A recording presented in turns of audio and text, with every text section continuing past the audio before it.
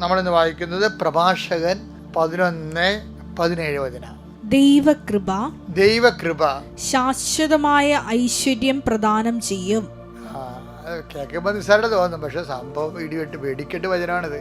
എന്താണ് ദൈവകൃപ? പറഞ്ഞ് ദൈവകൃപ ശാശ്വതമായ ഐശ്വര്യം പ്രദാനം ചെയ്യും. ബൈബിൾ പണ്ഡിതന്മാർ അതെങ്ങനെ എക്സ്പ്ലെയിൻ ചെയ്യുമെന്ന് എനിക്കറിയത്തില്ല. പക്ഷേ നമ്മുടെ ഒരു എക്സ്പ്ലെയിൻ എപ്പോഴും കൃപാസനത്തിൽ നിന്നെങ്കിൽ ലഭിക്കുന്ന എക്സ്പ്ലനേഷൻ എപ്പോഴും